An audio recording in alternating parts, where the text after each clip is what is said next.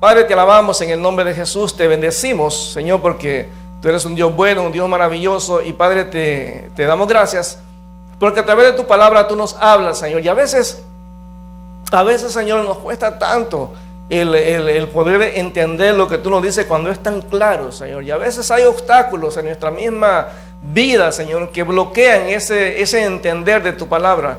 Pero te pedimos que en este día, Señor, tu Espíritu Santo obre en nosotros y nos haga entender, Señor, lo que realmente está pasando en nuestra vida. Te damos gracias, porque tú eres un Dios bueno, un Dios maravilloso, Señor, que obra en nuestra vida. Y que en medio de todas las cosas, Señor, siempre está, Señor, haciendo algo en nosotros. Te agradecemos porque no lo merecemos, Señor. Sabemos que todo es por gracia. Sabemos, Señor, que todo es una bendición de parte tuya.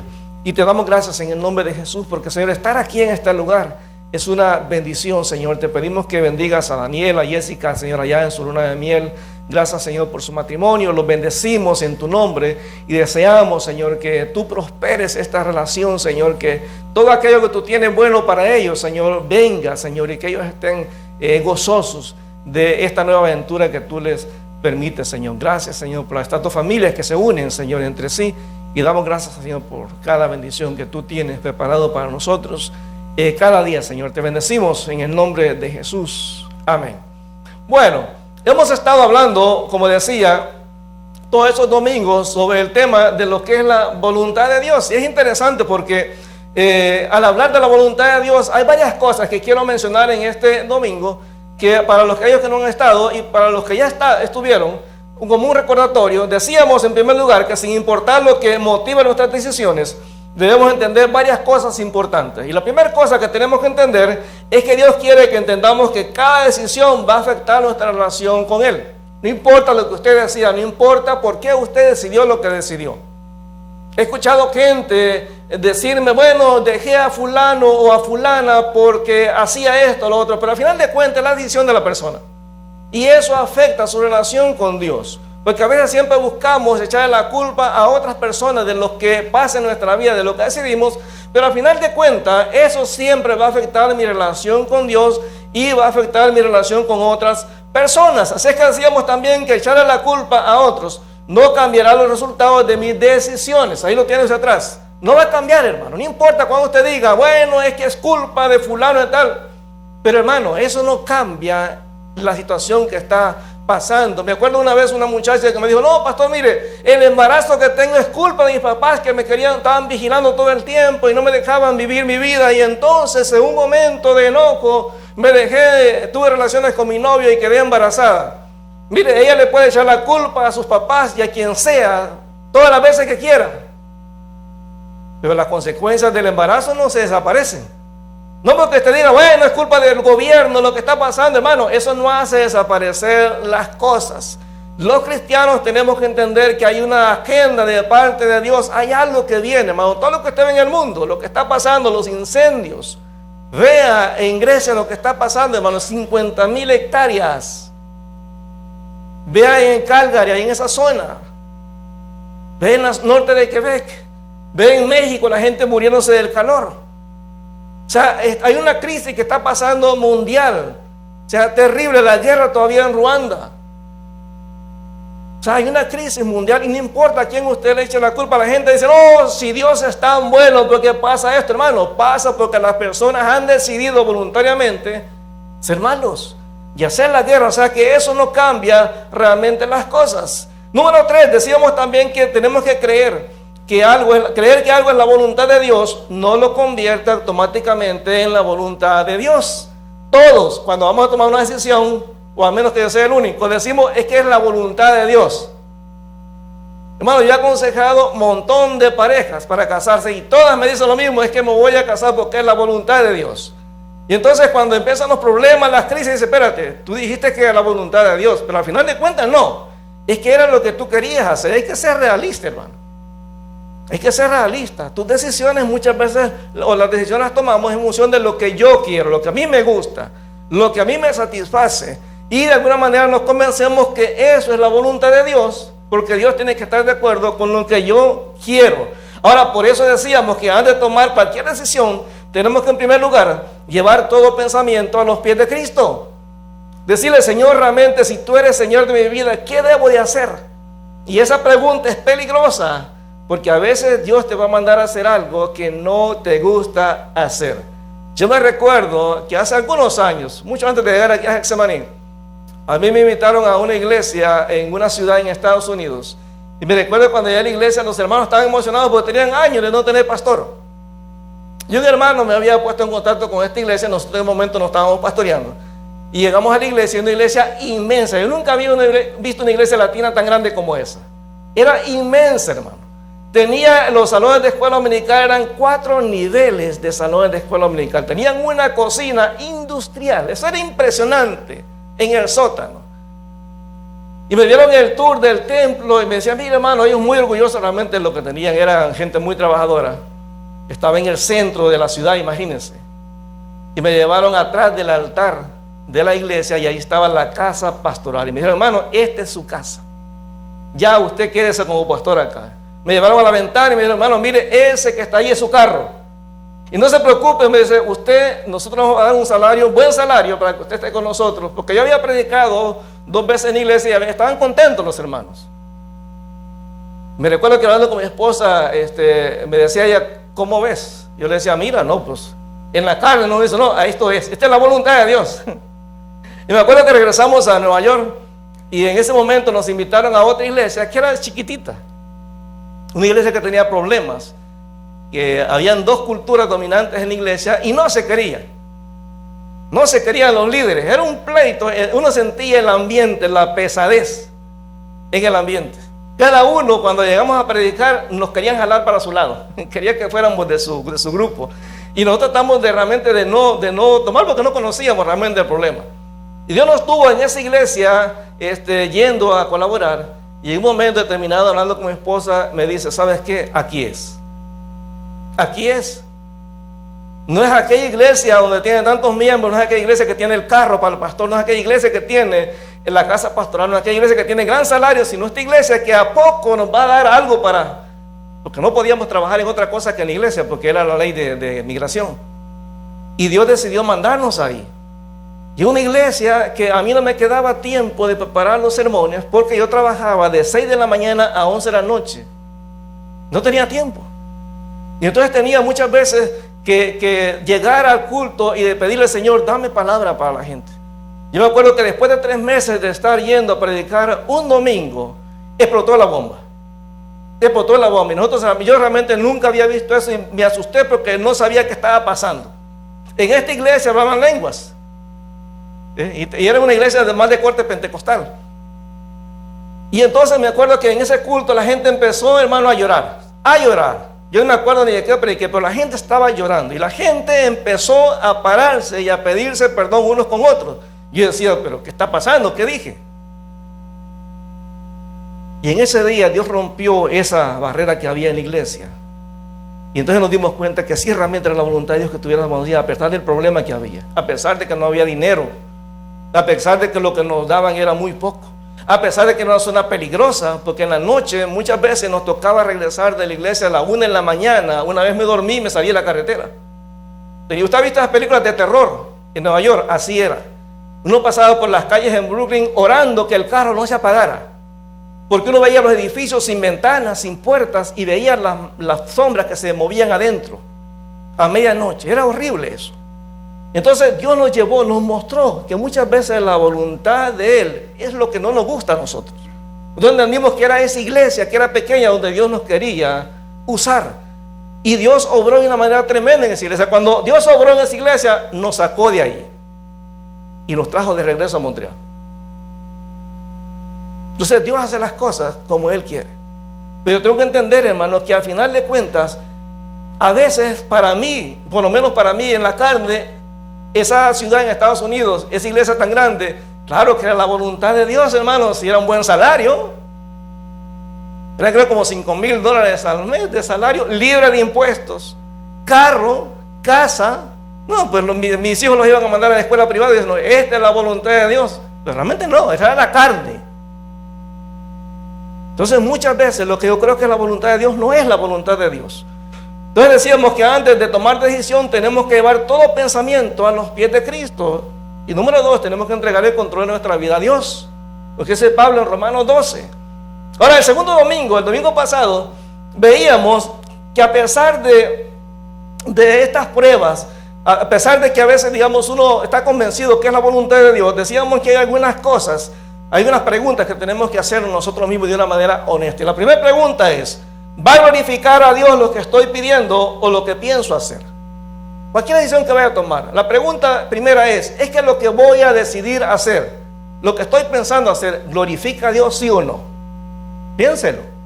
O sea, hay que ser honesto consigo mismo. Segunda pregunta, ¿me va a ayudar a crecer espiritualmente lo que estoy pidiendo, lo que pienso hacer? O sea, tengo que ser honesto. Porque, hermano, muchas veces entrar en una relación sentimental con alguien te va a alejar de Dios. Muchas veces comenzar un trabajo. Y yo entiendo que eso es complicado. Y usted me diga, pero hermanos, ese es el trabajo que Dios me proveyó, aunque tengo que trabajar domingo, ya tengo meses de no congregarme. Bueno, usted puede pensar que es la voluntad de Dios, pero eso contradice el hecho de que la palabra dice que no dejemos de congregarnos. Entonces yo tengo que preguntarme si eso que estoy decidiendo me ayuda a crecer espiritualmente. Número 3, ¿está permitido en la Biblia lo que estoy pidiendo a Dios? ¿Realmente la Biblia lo aprueba? Porque recuérdese, muchas veces lo que yo veo como voluntad de Dios es lo que yo pienso que es correcto. Y decíamos, poníamos el ejemplo de los noviazgos. Es que es la voluntad de Dios que un cristiano se case con un inconverso. Usted dice, pero hermano, si Dios me lo puso en el camino, Él lo va a convertir. ¿En qué? ¿En qué lo va a convertir, hermano? De verdad. O sea, no tratemos de comprometer a Dios. No, si Él se convierte, fíjese que ahí usamos la predestinación, es que Dios lo tenía predestinado para mí, o predestinada para mí. No, hermano, de verdad. Yo estoy convencido que aún dentro del pueblo de Dios existe el yugo desigual. Usted ha visto el nivel de divorcio que hay en el pueblo de Dios. Es casi el 50% de matrimonios. Y todos esos fueron según la voluntad de Dios. Entonces, ¿qué pasó entonces? Es que no era la voluntad de Dios, fue lo que yo quise. ¿Me das cuenta? Entonces yo tengo que entender que si lo que estoy haciendo está permitido en la Biblia. Y número 4, decíamos, si lo que estoy pidiendo a Dios es santo. Por ejemplo, usted me dirá, pero hermanos, es que el sexo está permitido en la Biblia, pero ¿realmente es santo tener sexo fuera de matrimonio?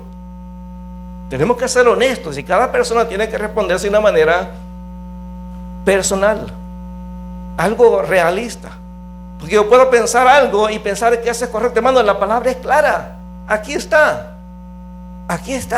Si no es realmente la voluntad de Dios, las cosas van a terminar mal. Y hoy trataremos de responder una pregunta. La pregunta es, ¿por qué nos cuesta tanto conocer y hacer la voluntad de Dios? ¿Por qué? Si usted tiene 5 años de ser cristiano, significa que usted tiene más o menos 5 años, serían casi 250, entre 250 y 300 cultos que ha ido. Entonces, algo tiene que haberle dicho Dios. Entonces, ¿por qué a veces nos cuesta tanto entender y hacer la voluntad de Dios? Y hay 2 razones primarias. Hoy vamos a ver una nada más. Y usted quiero que vaya por favor conmigo al libro de Efesios, capítulo 5. Y vamos a ir despacito en el libro, porque yo quiero que vaya conmigo para que vea cómo la palabra lo va describiendo. Qué interesante. Porque Dios es tan sabio que la primera cosa que hace en este pasaje es recordarnos, ¿verdad? Recordarnos de dónde nos sacó. Entonces la primera razón por la cual a veces nos cuesta entender y hacer la voluntad de Dios es porque no nos damos cuenta la forma en la que estamos viviendo. ¿Sabe cuántos cristianos lo único que vive es una religión?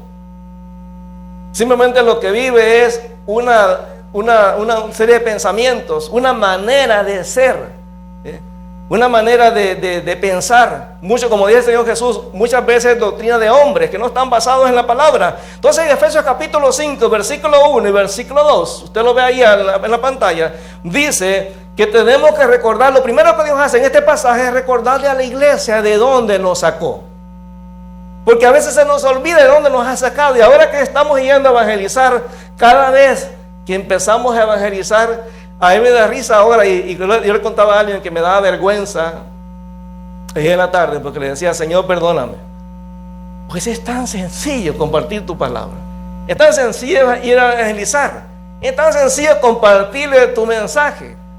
Es tan sencillo ver a los hombres allá a veces mal encarados con su cigarro fumando y empezar a hablar de la gracia. Ya cuando empezamos el tema de la gracia, digo, mira, la gracia no se gana ni se merece. Y verlos allí que ellos de pronto empiezan a guardarle el cigarro y mejor lo tiran o lo apagan, porque de alguna manera empiezan a poner atención. Y tú lo ves, la lucha que tiene. Porque quiere decir que sí, pero hay una lucha espiritual. Porque Dios quiere que recordemos, y eso a mí me ha hecho recordar de dónde Dios me sacó. Porque vean lo que le dice Dios a través del apóstol Pablo en el versículo 1. Dice, por lo tanto, estoy leyendo la Nueva Traducción Viviente, que es un español más del día a día.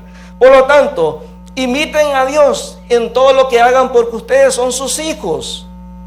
Habla de un llamado de imitar, de hacer las cosas como Dios dice. Dice, vivan una vida llena de amor, siguiendo el ejemplo de Cristo. Él nos amó y se ofreció a sí mismo como sacrificio por nosotros, como aroma agradable a Dios. Lo primero que hable de dónde me sacó Dios. ¿Qué era usted antes de que Dios lo salvara? Una persona pecadora, una persona que iba en camino al infierno, una persona que estaba condenada, una persona que nadie daba un peso por usted.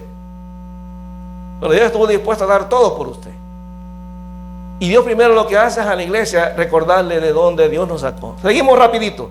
La segunda cosa que el apóstol le dice, hablando Dios a través del apóstol, del versículo 13 al versículo 13, le dice que recordemos que no debemos hacer lo que hacíamos antes. Fíjense acá, es interesante, ustedes ya que vivimos en esta cultura quebecoa, hay cosas que ustedes hacíamos en nuestros países que ya no hacemos ahora acá. Porque vivimos de una manera diferente acá, porque se ve mal. Por ejemplo, usted no llega, ¿verdad?, al autobús y se mete como se metía allá en nuestros países. Yo no sé si en México, en Perú, en Cuba, o en Colombia, o en los otros países, en Nicaragua, o en Chile será lo mismo. Pero en El Salvador, cuando llega el autobús, toda la gente se sube, y el que se subió, y el que no, pues se queda abajo. Pero acá tú no puedes hacer eso. Tú llegas y te formas, y el otro que llega después se forma atrás. Entonces tenemos cambiado la conducta. Ahora, si pudimos cambiar la conducta de nuestros países a la conducta de acá, porque no podemos cambiar la conducta que teníamos en el mundo a la conducta que Dios quiere que tengamos ahora, que somos sus hijos. Y vean lo que dice el versículo 3. Dice que no haya ninguna inmoralidad sexual, impureza, ni avaricia entre ustedes. Tales pecados no tienen lugar en el pueblo de Dios. No se puede, hermano. Los cuentos obscenos, o sea, los chistes rojos, las conversaciones necias y los chistes groseros no son para ustedes. En cambio, que haya una actitud de agradecimiento a Dios. Pueden estar seguros de que ninguna persona inmoral, impura o avara heredará el reino de Dios y de Cristo. Pues el avaro es un idólatra que adora las cosas de este mundo. No se dejen engañar por los que tratan de justificar esos pecados por el enojo de Dios, porque el enojo de Dios caerá sobre todos los que lo desobedecen. No participen en las cosas que hace esa gente, mi hermano. No podemos hacer lo mismo que esa gente hace. ¿Sabe cuántos cristianos están ahora yendo a ver esa película de Barbie? La gente dice, wow, qué tremenda obra de arte. No, hermano, analícela. Esa película lo que hace es denigrar la relación de hombre y mujer. Lo que hace es exaltar ese tipo de conductas que aquí se condenan. A mí me impresiona porque aquí la Reina Valera lo dice un poquito diferente. Dice, pero fornicación, versículo 3, y toda inmundicia o avaricia, ni aún se nombre entre ustedes como conviene a santos, ni palabras deshonestas, ni necedades, ni truhanerías que no convienen, sino antes bien acciones de gracia. Porque saben esto, que ningún fornicario o inmundo o avaro que es idólatra tiene herencia en el reino de Dios y de Cristo. No se puede, hermano. No puedo vivir como vivía antes. Tengo que haber hecho un cambio de vida. Versículo 8. Pues antes ustedes estaban llenos de oscuridad, pero ahora tienen luz que proviene del Señor. Por lo tanto, vivan como gente de luz. Pues esa luz está dentro de ustedes, que está dentro de ustedes, produce solo cosas buenas, rectas y verdaderas. Averigüen bien lo que agrada al Señor. No participen en las obras inútiles de la maldad y de la oscuridad. Al contrario, sáquenlas a la luz. Es vergonzoso siquiera hablar de las cosas que la gente malvada hace en secreto. No obstante, sus malas intenciones se descubrirán cuando la luz las ilumine, porque la luz hace todo visible. Interesante. Ahora con estas películas, una de las películas que salió el 4 de julio fue la que se llama Sound of Freedom, Canción de Libertad. Ninguna plataforma ha querido apoyarla, ni Amazon, ni Netflix, nadie, ninguna compañía grande ha querido invertir. Porque lo que pasa es que esa película toca un tema que muchos de esa gente practica. Interesante, en la película nos dice, y las estadísticas, usted puede ir a Google y buscar gente que no tiene nada que ver con la película, que enseña que solamente en Estados Unidos son 100,000 niños al año que secuestran y los meten en cuestiones, ¿cómo se llama? Tráfico sexual. Entonces imagina el dolor que siente una mujer adulta cuando es violada. Ahora póngase a pensar un niño de 5 años siendo violado, siendo vendido 10, 15 veces al día. ¿Se imagina eso? Nadie quiere realmente que eso salga a la luz. En Estados Unidos existe cerca de 100,000 muchachos, jóvenes de 14 años, muchachas más que todo, casados con hombres adultos. Es permitido. Usted sabe que en Canadá se pueden casar los chicos de 15 años. ¿Usted sabía eso? 15 años, los chicos se pueden casar, no le tiene que pedir permiso a usted. Lo que tiene que ir es a un juzgado y pedirle una autorización al juez. Usted no vale nada. Antes la ley decía que era solamente permitido para los varones. Las mujeres eran 18 años. Pero ahora la ley cambió y ahora las muchachas de 15 años pueden casarse sin la autorización de los padres. Nada más tienen que ir con un juez y el juez les da la autorización. Si usted no me cree, métase a Google y haga la pregunta: ¿a qué edad se pueden casar en Quebec? Y le va a decir a los 18 años, pero creo que es 17, ¿no? 17 y antes, 16, 17, los jóvenes pueden ir y pedir una autorización al juez y casarse sin que los padres tengan nada que decir. ¿Se da cuenta? Ahora muchos cristianos decimos: no, pero pues está bien, hemos avanzado, es un país del primer mundo. No, hermano, eso es pecado delante de Dios. O sea, la gente trata de tapar lo que es pecado porque no les conviene. Cuando la luz de la palabra llega y pone en evidencia eso, la gente no le gusta. Dígame cuándo los movimientos que hay en este mundo de lo que sea opuesto a la palabra, dígame cuándo un movimiento se ha opuesto hacia el Islam.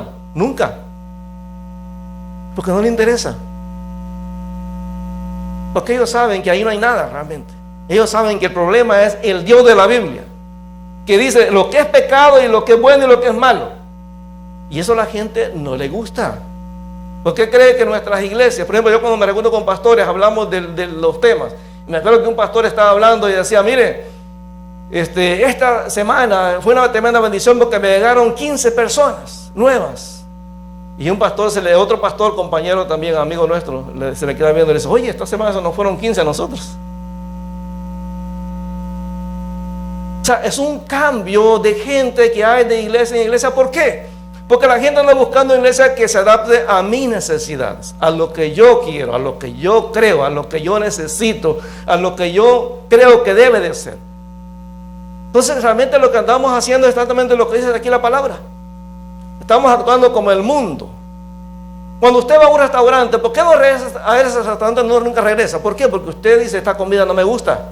Entonces va a otro lado donde realmente la comida sea buena o el trato sea bueno.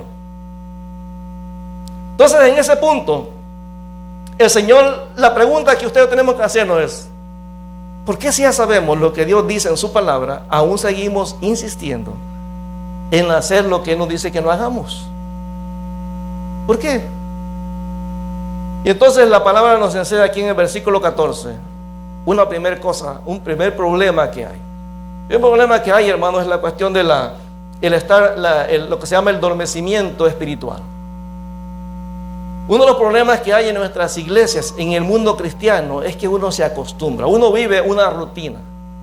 Hay gente que su mundo es a la iglesia, el trabajo y la casa. Entonces la iglesia se vuelve como parte rutinaria. O sea, la gente viene a la iglesia sin esperar que nada pase.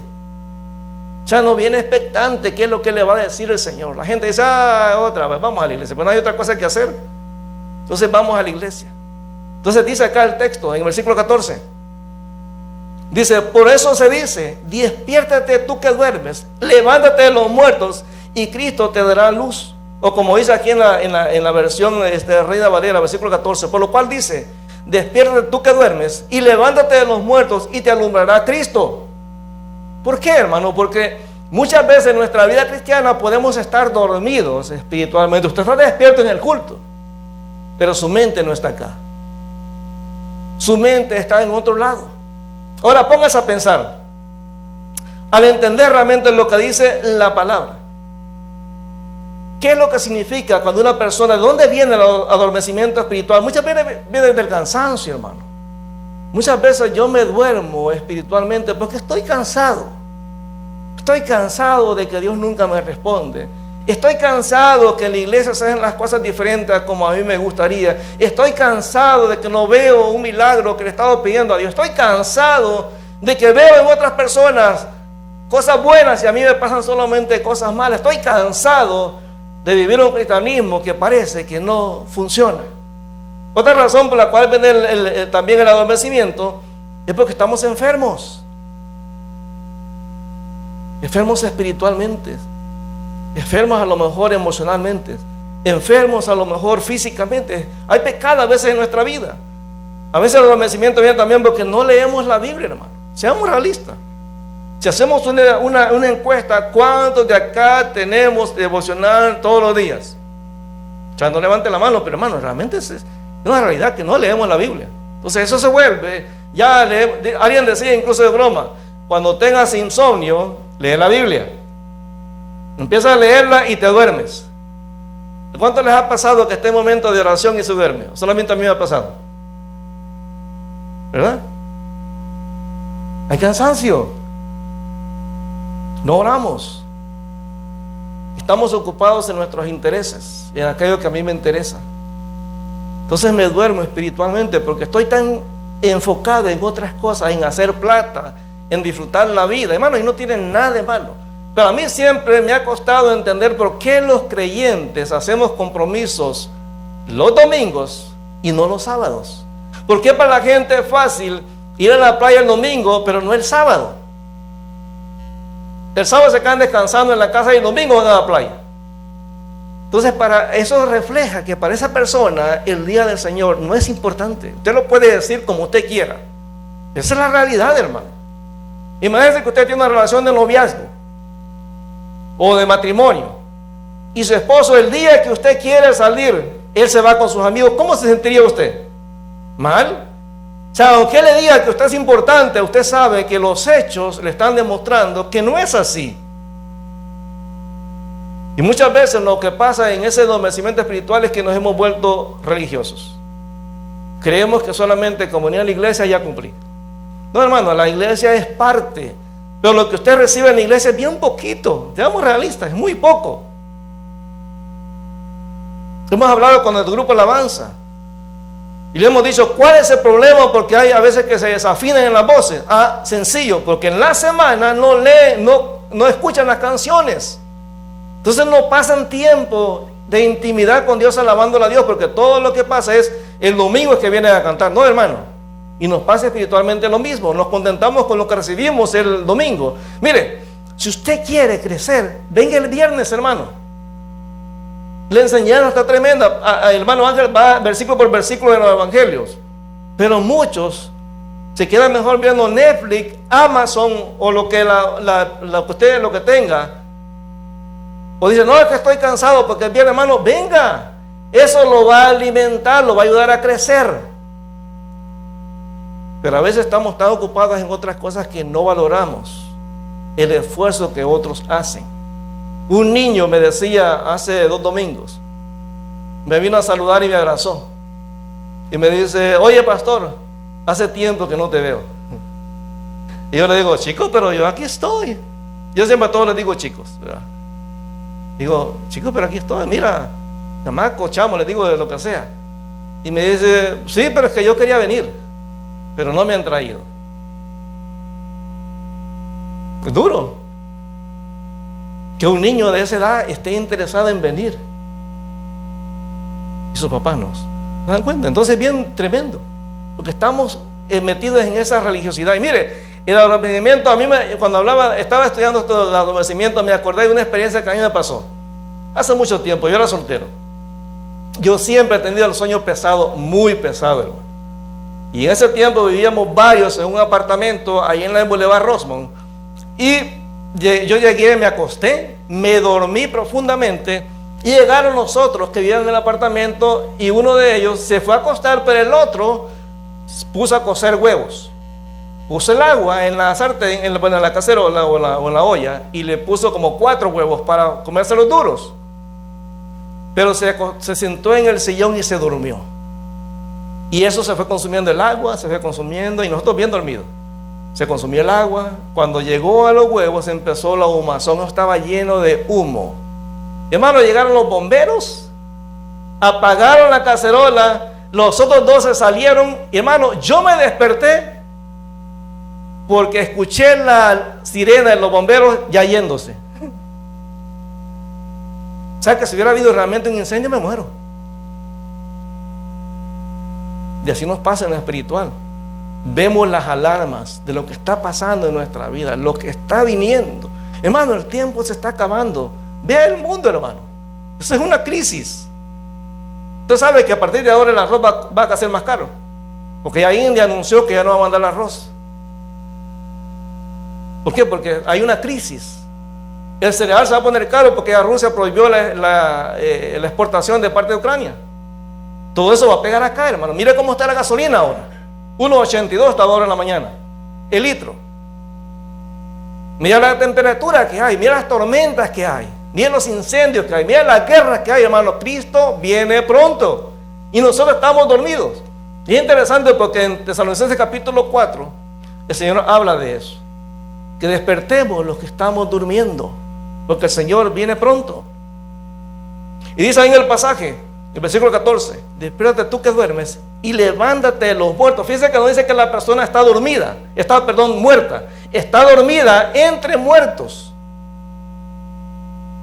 Ese está actuando como si estuviera muerto, pero no está muerto. Realmente que actúa como alguien que no se da cuenta de lo que está pasando. Dice, y alumbrará a Cristo. Hermano, la decisión es nuestra. ¿Cómo vamos a vivir la vida cristiana? Pero en el versículo 15 al versículo 17 nos dice que no solamente es una cuestión de que estemos dormidos espiritualmente, sino que porque estamos viviendo de forma descuidada. Yo no sé si usted ha visto gente, a mí me da risa, a veces veo gente que se cruza la calle, pero yo a veces me gustaría entender cuál es el pensamiento de esa gente. A lo mejor usted se ha cruzado de esas personas que se cruzan la calle pero ven para el frente. O sea, el tráfico está pasando, ellos pasan como que si enfocan la vista al frente no les va a copiar en un carro. Y uno dice, pero ¿por qué no se dan cuenta que vienen los carros? Así somos a veces en lo espiritual. No nos damos cuenta de que hay un peligro porque estamos enfocados en vivir de una manera que no nos hemos dado cuenta cómo estamos viviendo. Vean lo que dice ahí en el versículo 15. Dice, así que tengan cuidado de cómo viven. No vivan como los necios, sino como los sabios. Saquen el mayor provecho de cada oportunidad en estos días malos. No actúen sin pensar, más bien procuren entender lo que el Señor quiere que hagan. Y aquí nos dice entonces en este pasaje de que tenemos que tener cuidado de cómo estamos viviendo, hermano. Y solo aplica a lo que es la vida física. Si usted y yo no ponemos atención a lo que estamos comiendo, un momento determinado nos va a llamar el doctor, nos va a decir, tiene diabetes tipo 1 o tipo 2. Siga comiendo como come ahora. Siga comiendo carne roja. Siga comiendo todo. Mire, en el trabajo nosotros tenemos compañeros que se toman 3 cocas en el almuerzo. 3, hermano.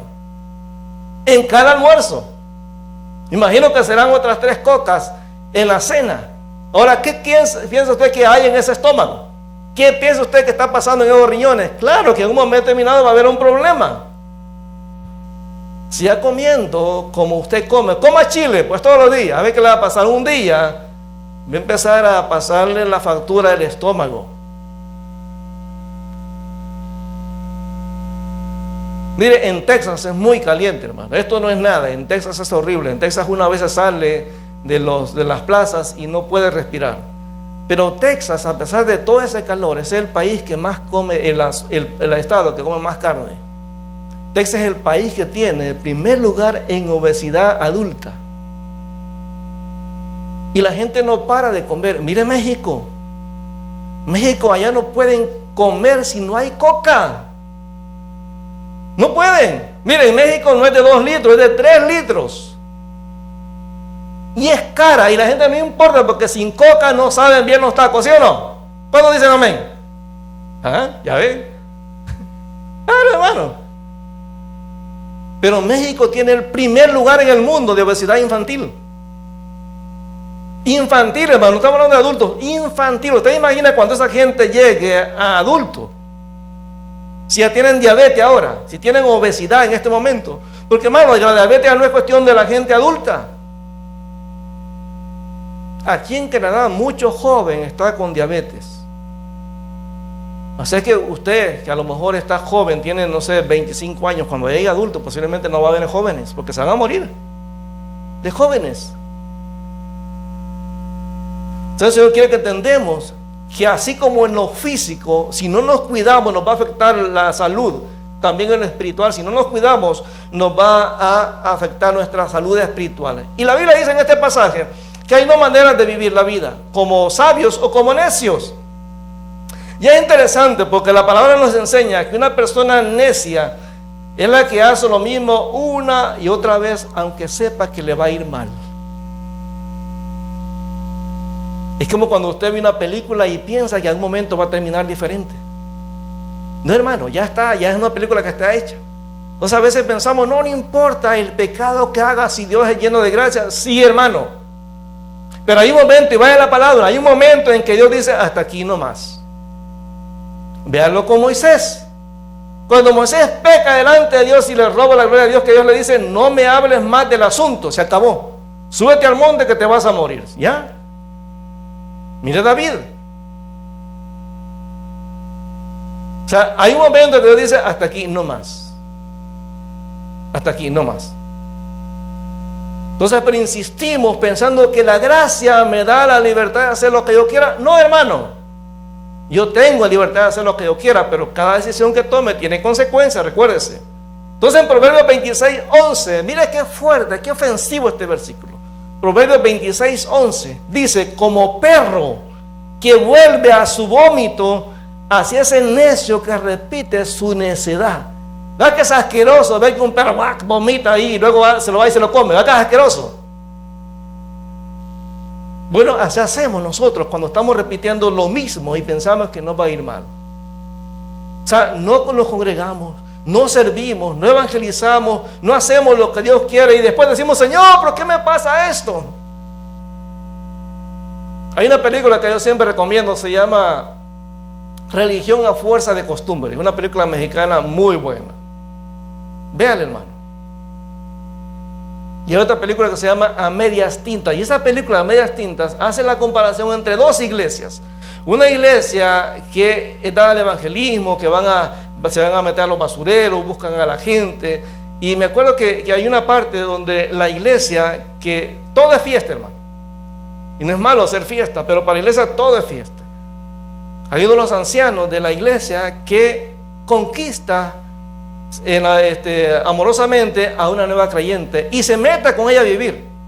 Y el pastor, miren, callado, porque este fulano, el anciano, le da plata, le pasa pues su mordida al pastor. Entonces el pastor dice, no, si el hermano es un santo, teniendo relaciones con una nueva creyente. Y cuando llegan gente nueva que se acaba de convertir, pero como vienen del basurero, les dicen que esa gente no tiene lugar en la iglesia porque ese lugar es para gente santa. Nos enseña, hermano, que muchas veces estamos viviendo así. Entonces muchas veces vivimos como dice acá, como ese perro que vomita y se vuelve a comer el vómito, pensando que si hacemos algo malo, si lo hacemos una y otra vez en un momento, va a resultar de una manera diferente. También una persona necia es el que sabe lo correcto y decide hacer lo que está mal. Dice el Señor allí en Mateo capítulo 7, versículo 26, se lo leo. Pero el que oye mi enseñanza y no la obedece es un necio, Como la persona que construye su casa sobre la arena, cuando vengan las lluvias y lleguen las inundaciones y los vientos golpeen contra esa casa, se derrumbará con gran estruendo. Y mire, uno puede ser una persona muy recta en cierto sentido, pero ser una persona malvada en su corazón. Fíjense que se cuenta de una historia, a lo mejor usted la ha escuchado en algún momento, no sé si aquí o en otro lugar, pero se cuenta que una pareja, pues llegó a un restaurante a comprar pollo. Y cuando les entregaron la bolsa donde venía el pollo, ellos se fueron al parque a comerla. Y cuando estaban en el parque, abrieron la bolsa del pollo y se dieron cuenta que no era pollo lo que había, sino un fajo de billetes. Entonces ellos, de una manera honesta, regresaron al restaurante y le dijeron a la persona al que estaba en el contuarno, donde recibe, donde paga uno, ¿no? Le dice, oiga, se equivocaron y nos dieron mal la bolsa. Dice, nos dieron esta bolsa con dinero. Y claro, que el que le había entregado la bolsa, cuando vio eso, pues estaba sorprendido de que lo que había pasado. Y el dueño del restaurante le dice, oye, ustedes son unas personas tan honestas, nunca hemos visto personas tan honestas como ustedes. Entonces le dice, oiga, mi hermano trabaja en la televisión de aquí de la ciudad. No, esto hay que sacarlo en las noticias. No puede ser que la gente no sepa que todavía hay personas honradas. Y entonces le insistió a la pareja de que sacaran esa noticia, y la pareja insistía que no había problema. Pero era tanta la insistencia del dueño del restaurante que el muchacho de la pareja lo llama aparte y le dice, mire, le agradecemos por su deseo de recompensarnos y decir a la gente lo que hicimos, pero hay un problema. Es que la que anda conmigo no es mi esposa. ¿Se da cuenta? Podemos ser muy honrados e infieles. Podemos ser muy consagrados en la iglesia sirviendo a Dios y ser otra cosa allá afuera. Yo puedo pararme, hermano, aquí al frente a predicar y tener una doble vida ahí atrás. Por eso Dios me dice, ten cuidado cómo estás viviendo. Ten cuidado, porque un hecho precisamente es ese. Es una persona que hace lo mismo una y otra vez, pensando que de alguna manera le va a ir diferente. Y es una persona que sabe hacer lo correcto y decide hacer lo malo. También una persona necia es una persona que no entiende razones. Una persona que no importa, usted quiere darle un consejo y no le entiende, no le acepta. Porque esa persona piensa que se las sabe todas. ¿Sabe cuándo uno aprende que los papás tienen razón en lo que dicen? Cuando uno se convierte en papá. Qué duro cuando uno ve a los hijos con la primer bebé sufriendo esos desvelos, viviendo esa desesperación porque ya no aguantan al bebé. Yo me acuerdo cuando nació Anthony, yo pues estaba trabajando en la iglesia y en una compañía. Me acuerdo que un domingo, un día pues llegué a la casa y estaba mi esposa, pues era primeriza, pues primer hijo, tenía Anthony como 2 meses. Estaba ella con una crisis de ansiedad. Y me dice, si no hubiese llegado, no sé qué hubiera hecho. A lo mejor hubiera metido al bebé, no sé, en el agua, no sé, para que se callara. Ya no aguantaba. En ese momento tocaron la puerta. Y yo le di gracias a Dios porque llegó una hermana de Guatemala con su hija. Y me dice, hermano Manuel, ¿qué pasa? Le digo, bueno, pues Adriana está en una crisis y la verdad que yo tampoco sé qué hacer. Me dice, tranquilo. Le dice, Adriana, usted vaya a bañarse, quédese ahí en la tina, llene la tina de agua caliente y quédese ahí un rato, no, yo me hago cargo del bebé. Entonces ella le dijo a la niña, mira, cuida al niño y yo voy a cocinar y voy a limpiar la casa. Qué rico, hermano. En momentos así en los que uno ya no sabe qué hacer. Entonces tenemos que entender que a veces yo estoy en esa crisis en lo espiritual y no entiendo cuando alguien me da un consejo. Oye, estás mal, busca a Dios. Decimos, es que este es un religioso. No, hermano, es un consejo de parte de Dios para usted o para mí. A veces no lo aceptamos. Y mire, esto no tiene que ver con edad, porque yo he conocido creyentes que son viejos en el evangelio y son necios.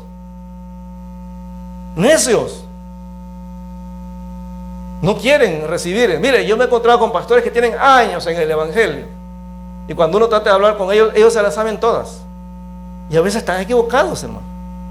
Mira lo que dice aquí Eclesiastés capítulo 4, versículo 13. Eclesiastés 4:13. Eclesiastés 4:13. Vean lo que dice en este pasaje. Eclesiastés 4:13.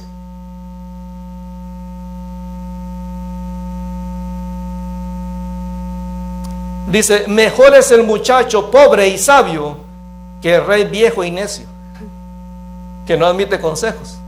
O sea, hermano, el que usted tenga muchos años en el evangelio o yo tenga muchos años en el pastoral no significa que la necedad no pueda venir a mi vida. Y aunque vea algo que está mal, no lo quiere aceptar. Es uno que vive, el necio es uno que vive como si Dios no existiera. Dice Salmo 14, versículo 1, dice el necio en su corazón: no hay Dios. Yo sí vivo muchos cristianos, no, Dios es mi cuate, Dios me ama, Dios es mi papá, no importa, nunca me va a castigar. Eso fue el error del pueblo judío, de pensar que Dios nunca iba a hacer nada, y al final Dios fue severo con ellos. Pero la otra manera en la que podemos vivir es como sabios. Y fíjense que sabio es uno que practica lo que sabe. Porque usted puede tener mucho conocimiento en la palabra, pero si esa palabra no afecta mi vida diaria en lo práctico, yo no soy sabio. Soy alguien que tiene conocimiento, pero no soy sabio. Por eso el Señor dice en Mateo 7:26: cualquiera pues que no oye estas palabras y las hace, le compararé a un hombre prudente que edificó su casa sobre la roca. Descendió lluvia y vinieron ríos y soplaron vientos y golpearon contra aquella casa, y no cayó porque estaba fundada sobre la roca. También una persona sabia es uno que toma a Dios en cuenta en sus decisiones. Mi hermano, hay cosas que a veces Dios nos manda a hacer que no nos gusta. Y ahí en Oseas 14:9 dice que los sabios entiendan estas cosas, que los que tienen discernimiento escuchen con atención.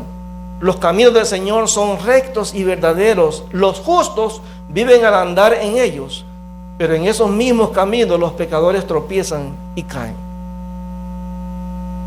Un sabio es alguien que reconoce que no lo sabe todo, hermano, que hay cosas que no dominamos. Y es interesante porque yo no sé, pero yo creo, no sé si es algo en nosotros como latinos, pero latino todo lo sabe.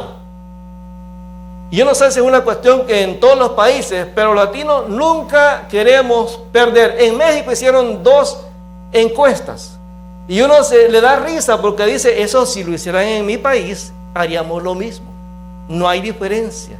Hay una persona que va en la calle y empieza con el micrófono a entrevistar a la gente, hombres y mujeres, dice: oiga, ¿qué les diría a ustedes, a los albañiles que están trabajando en la reparación de la capa de ozono?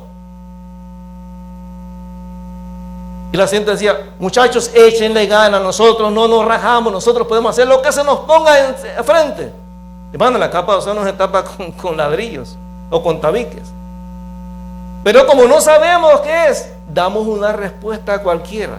Pero otra muchacha sale en la Ciudad de México y en otras ciudades y hace la pregunta que para las mujeres es normal, pero para los hombres no. Le decía a los hombres: oiga, ¿y usted ya se hizo el Papá Nicolau? Y los hombres decían: no, tengo que hacer la cita. Y usted dice: pero es risible. Sí, pero ¿sabe qué? Es que no queremos reconocer que no sabemos. Hermano, no hay mejor cosa que cuando llegamos delante de Dios decirle: Señor, no sé qué puedo hacer, no sé qué debo hacer. Guíame, háblame en tu palabra. Dime, ¿qué es lo que debo de hacer? Yo tengo la decisión, yo vivo como necio o como sabio. Y al final del versículo dice ahí en Efesios capítulo 5, versículo 17: por tanto, no seáis insensatos, sino entendidos de cuál sea la voluntad del Señor. Mire, hermano, yo tengo la libertad de vivir como quiera, pero los resultados de esas decisiones que yo tomo son mías. Usted le puede echar la culpa a quien quiera, al pastor, a los ancianos, a la iglesia, a Dios, al gobierno, al mundo, al diablo, a quien sea. Eso no va a cambiar las consecuencias. Eso no va a cambiar, hermano. Si usted tiene un problema espiritual, no importa a qué lugar vaya, usted va a llevar ese problema allá adentro. A menos que venga a los pies del Señor y le diga: Señor, este es mi problema, ¿qué debo de hacer? Y como decíamos antes, la primera cosa que hay que hacer es llevar esa situación a los pies de Cristo, decirle: Señor, perdóname. ¿Sabe cuántas veces he tenido que ir al Señor y decirle: Señor, perdóname, que me equivoqué? Y no es fácil. No es fácil reconocer cuando uno se ha equivocado. No es fácil. Pero cuando tú entiendes que quien tiene la autoridad en tu vida es Dios, eso es mucho más fácil. Ahora, ¿por qué nos cuesta tanto entender y hacer la voluntad de Dios? Bueno, porque estamos dormidos espiritualmente. Mire, usted puede tener aquí al mejor predicador del mundo, pero usted está dormido en lo físico. Usted no va a escuchar nada. No va a escuchar el mensaje. Eso no va a afectar nada en su vida. Y si usted y yo vivimos el día a día de una manera mundana, cuando venimos a la iglesia, esto es como algo que no tiene mayor importancia, mayor influencia en mi vida. Si usted y yo toda la semana pasamos en el mundo, haciendo las cosas que el mundo quiera, ¿usted cree que venir el domingo 2 horas va a cambiar las cosas? No, hermano. No. Entonces Dios quiere que nosotros entendamos que lo que vamos a decidir en nuestra vida es algo que depende de nosotros. El otro domingo veremos la otra cosa que dice este pasaje, de lo que tiene que ver que por qué nosotros a veces no hacemos y obedecemos la palabra del Señor, la voluntad de Dios. Pero hermano, yo quiero dejarlo con esto. Mire, Dios nos ama tanto y está tan apasionado por nosotros que Dios quiere, cuando Él nos dice esta palabra, Dios sabe que usted y yo podemos cambiar. Pero todo es decisión nuestra. Echarle la culpa a otros no va a cambiar las cosas, hermano. Echarle la culpa a otras personas, eso no arregla la situación. Las decisiones que tomamos en mi vida tenemos que entender que es mi responsabilidad. Yo he visto padres echándose la culpa diciendo: ay, hice mal mi papel como papá y mamá. No, hermano. Nuestros hijos hay momentos que crecen y son suficientemente viejos para tomar sus decisiones. ¿Usted cree que nosotros no queremos que todos nuestros hijos estén comprometidos con las cosas de Dios y amen a Dios con todo su corazón? Claro que sí. Pero ellos crecen y toman sus decisiones. Y las consecuencias que vengan nos van a doler a nosotros, pero no lo vamos a sufrir nosotros, van a sufrir ellos. Por eso, hermano, hoy en este día entendamos que si yo estoy viviendo de una manera carnal, mundana, es porque yo lo decidí. Echarle la culpa a otras personas no va a cambiar absolutamente nada. Delante de Dios, dice la palabra, cada uno entregará cuentas de lo que ha hecho en el cuerpo, sea bueno o sea malo. El alma que pecare, esa morirá. Padre, te alabamos en el nombre de Jesús. Mi Dios, te agradecemos porque tu palabra es tan sencilla, Señor. Te damos gracias por este día. Padre, si estamos viviendo de una manera necia, te pedimos perdón, Señor, porque esa necedad está tan enraizada en nuestra vida, Señor, que muchas veces nos autoconvencemos que eso es lo correcto hacer. Padre, si hemos hecho daño a alguien, ayúdanos a poder pedir perdón. Si alguien nos ha hecho daño, Señor, ayúdanos a perdonar. Si hemos herido a alguien, Señor, ayúdanos a cambiar esa situación, Señor, a entender que tu palabra es clara, Señor, que tú quieres que vivamos de una manera diferente. Padre, no podemos ser hijos tuyos y seguir viviendo como el mundo vive. Te pedimos en el nombre de Jesús que nos ayudes a entender, Señor, el por qué las cosas suceden, Señor. Danos ese entendimiento. Tu palabra dice que si alguno tiene falta de sabiduría, que la pidamos a ti. Que tú nos das, Señor, sin reproche. Padre, gracias por lo bueno que eres. Amado hermano, la decisión de seguir viviendo de una manera u otra, de seguir viviendo en necedad o en sabiduría, es nuestra. No es culpa ni de tu esposo, ni de tu esposa, ni de tus papás, ni de tus hijos. Esa es responsabilidad nuestra. Y Padre, te pido en el nombre de Jesús que tú toques cada vida en este lugar, Señor, los que están conectados en las redes sociales. Padre, ayúdanos a entender Que tú quieres que te entreguemos nosotros de una manera personal el control de nuestra vida.